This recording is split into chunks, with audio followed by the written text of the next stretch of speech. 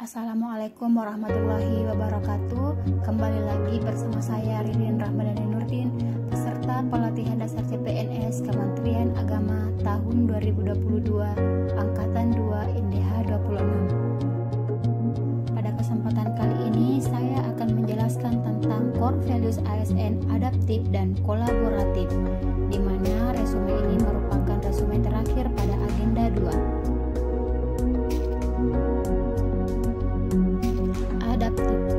Adaptif adalah karakteristik alami yang dimiliki makhluk hidup untuk bertahan hidup dalam menghadapi segala perubahan di lingkungan ataupun ancaman yang timbul. Adaptif dalam pemerintahan dapat diaplikasikan dengan tujuan untuk memastikan serta meningkatkan kinerja pelayanan publik.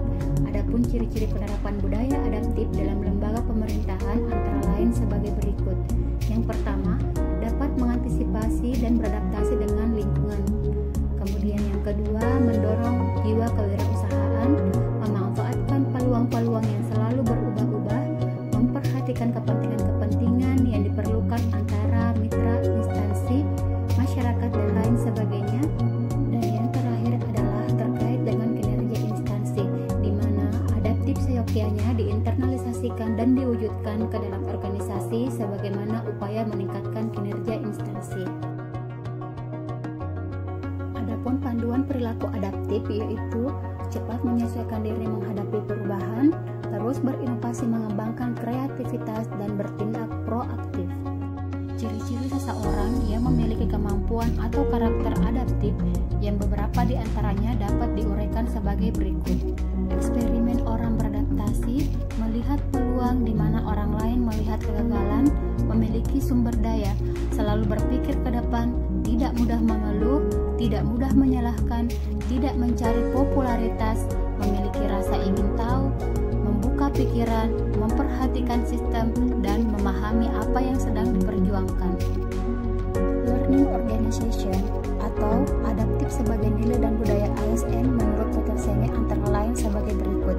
Yang pertama, personal mastery merupakan pegawai harus terus mengasah pengetahuan hingga ke tingkat mahir. Yang kedua, shared vision, yaitu pegawai harus terus berkomunikasi hingga memiliki persepsi yang sama atau gelombang yang sama terhadap suatu visi atau cita-cita yang akan dicapai bersama. Selanjutnya yaitu mental model, merupakan pegawai memiliki mental model yang mencerminkan realitas yang organisasi ingin diwujudkan. Yang selanjutnya, team learning, merupakan pegawai perlu selalu sinergis dalam melaksanakan kegiatan-kegiatan untuk mewujudkan visinya. Dan yang terakhir, system thinking, merupakan pegawai harus selalu berpikir sistematik, tidak kacamata kuda atau bermental silo. Kolaboratif merupakan core values ASN yang terakhir, di mana memiliki makna proses bekerja sama untuk menelurkan gagasan atau ide dalam menyelesaikan masalah secara bersama-sama menuju visi bersama.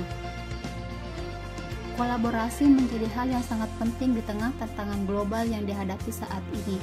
Prasojo mengungkapkan beberapa tantangan yang dihadapi, yaitu disrupsi semua kehidupan, perkembangan teknologi informasi, tenaga kerja milenial Gen Y dan Gen Z, serta mobilitas dan fleksibilitas. Adapun panduan perilaku dari kolaboratif yaitu memberikan kesempatan kepada berbagai pihak untuk berkontribusi, terbuka dalam bekerja sama untuk menghasilkan nilai tambah, dan menggerakkan pemanfaatan sumber daya untuk tujuan bersama. Salah satu contoh dari kolaborasi adalah kolaborasi pemerintah, di mana menurut Ansel dan Gas menyatakan kolaboratif governance mencakup kemitraan institusi pemerintah untuk pelayanan publik, di mana faktor yang mempengaruhi keberhasilan dalam kolaborasi antar lembaga pemerintah adalah kepercayaan, pembagian kekuasaan, gaya kepemimpinan, strategi manajemen, dan formalisasi pada pencapaian kolaborasi yang efektif dan efisien antar entitas publik. Berikut 6 kriteria penting kolaboratif. Yang pertama, forum yang diperkasai oleh lembaga publik. Yang kedua, peserta dalam forum termasuk aktor non-state. Yang ketiga, peserta terlibat langsung dalam pengambilan keputusan dan bukan hanya dikonsultasikan oleh agensi publik. Yang keempat, forum secara resmi diatur dan bertemu secara kolektif. Yang kelima, forum bertujuan untuk membuat keputusan dengan konsensus. Yang terakhir, fokus kolaborasi adalah kebijakan publik atau manajemen. Adapun proses yang harus dilalui dalam menjalin kolaborasi, yang pertama, trust building, yaitu membangun kepercayaan dengan stakeholder mitra kolaborasi. Yang kedua, face-to-face dialog, yaitu melakukan negosiasi dengan baik dan sungguh-sungguh. Yang ketiga, komitmen terhadap proses, merupakan pengakuan saling ketergantungan. Yang keempat, pemahaman bersama, berkaitan dengan kejelasan misi, definisi bersama terkait permasalahan, serta mengidentifikasi nilai bersama.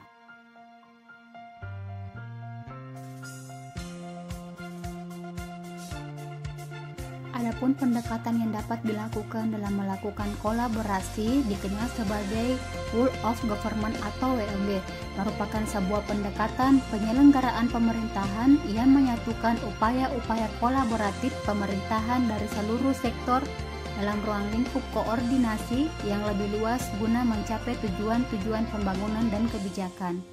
WOG ini juga dikenal sebagai pendekatan interagensi, yaitu merupakan pendekatan yang melibatkan sejumlah kelembagaan yang terkait dengan urusan-urusan yang relevan. Mengapa pendekatan WOG ini perlu dilakukan? Dikarenakan adanya faktor-faktor eksternal seperti dorongan publik dalam mewujudkan integrasi kebijakan, program pembangunan dan pelayanan agar terciptanya penyelenggaraan pemerintahan yang lebih baik. Kemudian ada juga faktor internal, yaitu adanya fenomena ketimpangan kapasitas sektoral sebagai akibat dari adanya nuansa kompetisi antar sektor dalam pembangunan. Nah, khususnya di Indonesia, keberagaman latar belakang nilai, budaya, adat istiadat, serta bentuk latar belakang mendorong adanya potensi disintegrasi bangsa.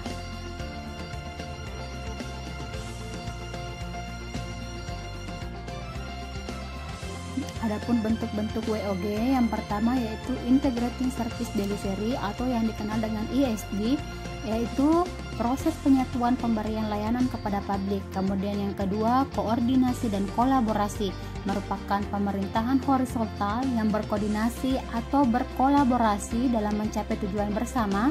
Yang ketiga, Integrating and Rebalancing Government, merupakan kontrol politik dan otonomi administrasi seperti di Inggris. Dan yang terakhir, culture change, merupakan konsep-konsep sosial atau perekat budaya organisasi. Alhamdulillah, sampai di sini resume dari saya. Saya ucapkan terima kasih. Sampai jumpa. Assalamualaikum warahmatullahi wabarakatuh.